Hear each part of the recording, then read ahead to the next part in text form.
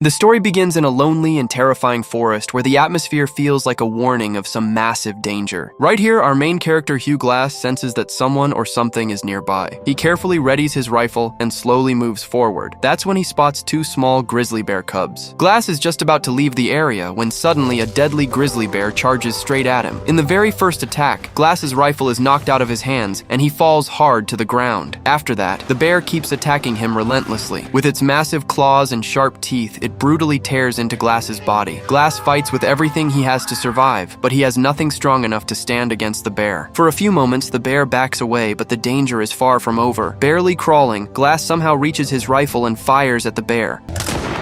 The bullet hits the bear in the throat, but it doesn't kill it instantly. Instead, the bear becomes even more enraged and attacks Glass with even greater brutality than before. His throat gets ripped open, and his entire body is covered in deep wounds. Now Glass has only one way left to survive. He pulls out his knife and starts fighting the bear until his very last breath. Both of them tumble down a slope, and after a brutal, bloody struggle, Glass repeatedly stabs the bear with his knife. Eventually, the grizzly finally collapses dead, and its massive body falls directly on top of Glass. His companions, who are far away, hear the gunshot and rush to the scene. But the moment they see Glass's condition, everyone becomes convinced that there is almost no chance he can survive. His throat is horribly torn apart, his entire body is badly wounded, and he can barely breathe. This is the exact moment where Hugh Glass's real battle begins. Not against the jungle, but against death itself. His companions immediately try to save his life and begin stitching up his wounds. The pain is so unbearable that Glass writhes in agony, but he has no choice except to endure it. When everyone sees his condition, they become convinced that Glass will not survive much longer. The journey ahead is already extremely difficult, and carrying a man in this condition could become a burden for the entire team. Because of this, a harsh thought crosses the captain's mind. He starts believing that maybe it would be better to put Glass out of his misery, since his chances of survival are almost gone. Just as the captain decides to end Glass's life, Glass's son Hawk immediately steps in. He refuses to let his father die and begs the captain to give him one more chance. Hearing Hawk's words softens the captain's heart, and he changes his decision. After all, Glass was the very man whose intelligence and guidance had kept many of them alive until now. Now the team makes a new decision. They build a wooden stretcher and continue the journey with Glass lying on top of it. After traveling some distance, the team looks completely exhausted, like they got forced into doing free labor and are now regretting every second of it. But despite that, they keep moving forward through the frozen valleys and dense forests while carrying Glass with them. No one knows whether Glass will survive or not, but for now, he is still breathing, and his battle against death is far from over. As the journey continues, carrying Hugh Glass becomes a massive challenge for the entire team. The frozen ground, brutal weather, and constant threat of the Arikara put their lives in danger every single day. Glass's condition shows no real improvement, and carrying him on the stretcher exhausts everyone. Eventually, the captain realizes that if the group keeps moving this slowly, all of their lives could be at risk. Because of this, the captain makes an important decision. In front of everyone, he announces that it is no longer possible to carry Glass any further, but at the same time, he does not want to leave him alone in the wilderness. The captain says that any 2 or 3 men who stay with Glass until his final moments and give him a proper burial after his death will be rewarded once they return to camp. Because the captain wanted Glass to die naturally, the first person to step forward is Glass's son, Hawk. He cannot even imagine leaving his father behind alone. After him, the young Bridger also volunteers and says that whether he gets paid or not, he will stay with Glass. But the captain feels that the two of them also need an experienced man with them. That's when Fitzgerald steps forward. At first, he refuses to stay, but the moment the reward money is mentioned, his attitude completely changes. To Fitzgerald, money matters far more than humanity. He calculates that spending a few days beside a dying man is a profitable deal for him. In the end, he agrees, and the captain promises him a reward as well. And just like that, Hawk, Bridger, and Fitzgerald remain behind in the wilderness with Hugh Glass, while the rest of the team continues their journey. But none of them realize that this decision is about to become the foundation of a deadly betrayal and a brutal story of revenge.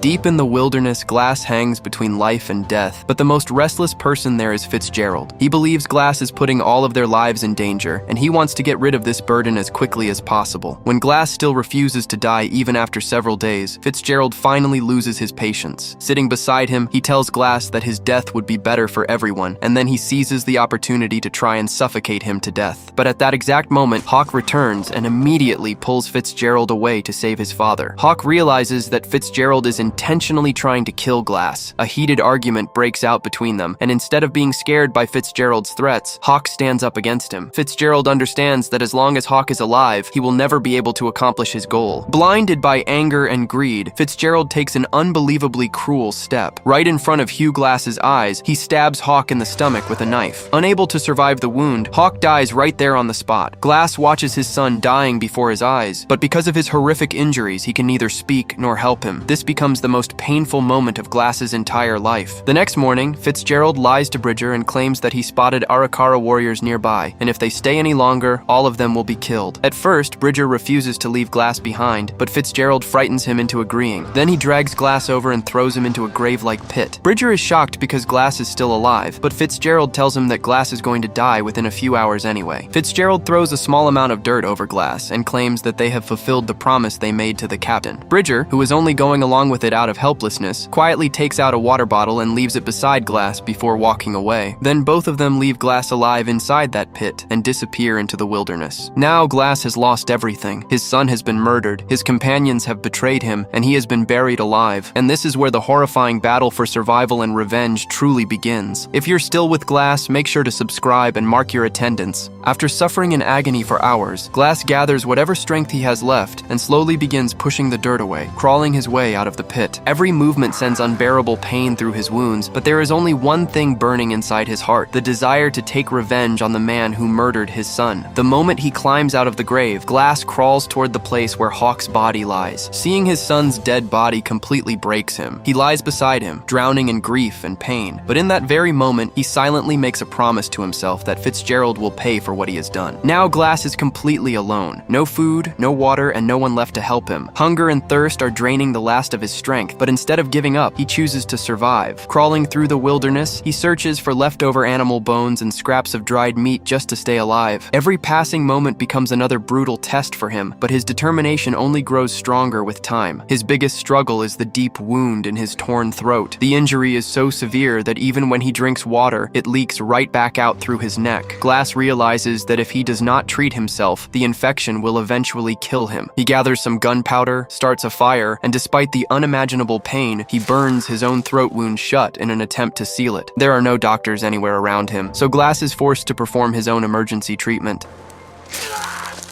The pain is so intense that he collapses unconscious. But when he finally wakes up, one thing becomes clear. Glass is no longer just surviving. He is defeating death itself with every passing day. And now every step he takes is leading him closer to Fitzgerald and the revenge he swore for his son's murder. During this time, members of the Arikara tribe move close to the same area. Glass spots them from a distance and immediately realizes that if he gets caught, his journey will end right there. To save himself, he quickly jumps into the river. The freezing, ice-cold water makes his wounds hurt even more, but he lets the current carry him away from them and somehow manages to survive. As the days pass, Glass's condition slowly starts improving. His wounds begin to heal, and his legs become just strong enough for him to walk a little. Now, he is no longer only crawling. He slowly begins trying to stand and walk again. Every step is painful for him, but his determination is stronger than the pain. During this journey, Glass comes across a Pawnee man who has already lost both his tribe and his family. Even though they are strangers, they seem connected by the same pain. Both of them have watched their worlds fall apart. At first, there is caution between them, but slowly they begin to trust each other. Glass tells the Pawnee man about his suffering, the death of his son, and the betrayal he endured. The Pawnee man also speaks about the wounds of his own life, and hearing his story makes Glass realize that pain does not belong to him alone. Everyone in this world is fighting some kind of battle. Seeing Glass's condition, the Pawnee man decides to help him. He teaches him basic survival skills, how to properly find food, protect himself from the cold, and stay alive in the wilderness. Because of his help, Glass feels for the first time that maybe he can actually survive this journey. Before leaving, the Pawnee man gives Glass an important piece of advice. He tells him that a man should not spend his entire life chasing grief and revenge, because sometimes revenge ends up destroying the person seeking it. But even after hearing those words, only one thing remains written across Glass's face: the memory of his son and the need to settle the score for his shattered world. After this meeting, Glass's journey becomes even lonelier, but his determination grows stronger than ever before. After a long and brutal journey, Fitzgerald and Bridger somehow manage to reach the fort. The freezing cold and constant fear have completely exhausted both of them, but there is still a strange sense of satisfaction on Fitzgerald's face, as if he successfully finished the job he wanted to do. The moment they arrive at the fort, Fitzgerald immediately immediately tells his version of the story to the captain. He twists everything in a way that makes it sound like Glass simply died from his injuries. He lies and claims that the Arikara captured Hawk and killed him, and that they had no choice except to escape from there. Bridger stays silent, but the guilt of hiding the truth is clearly visible in his eyes. After hearing their story, the captain fulfills his promise and gives both of them the reward. Fitzgerald accepts the money without a hint of shame, as if nothing wrong ever happened. But Bridger is different. Deep down, he knows that Glass was not fully dead yet, and that he helped leave him buried alive. Glass's journey is no longer just about survival. It has now become a path toward revenge and justice. The Pawnee man who helped him is betrayed and killed by French hunters. When Glass arrives there, the sight of his dead body completely devastates him. But he does not stop. Further ahead, Glass discovers those same French hunters abusing the Arikara chief's daughter, Pawaka. The moment he sees this, his rage explodes, and he immediately takes action. Sneaking in from behind, he launches a surprise attack and begins taking down the French hunters one by one. Every movement is filled with both pain and fury, but he refuses to stop. Eventually, he reaches the French captain and kills him as well, throwing the entire camp into complete chaos. During the fight, Glass also manages to rescue Pawaka and sets her free. But even after saving her life, he does not stay there for long because he knows enemies are still hunting him down. He quickly releases the camp's horses so the French hunters cannot chase after him. The horses scatter in every direction, destroying the entire camp's control and throwing everything into disorder. Using the chaos to his advantage, Glass escapes once again and continues his lonely journey through the wilderness, but now he is stronger and more determined than ever before.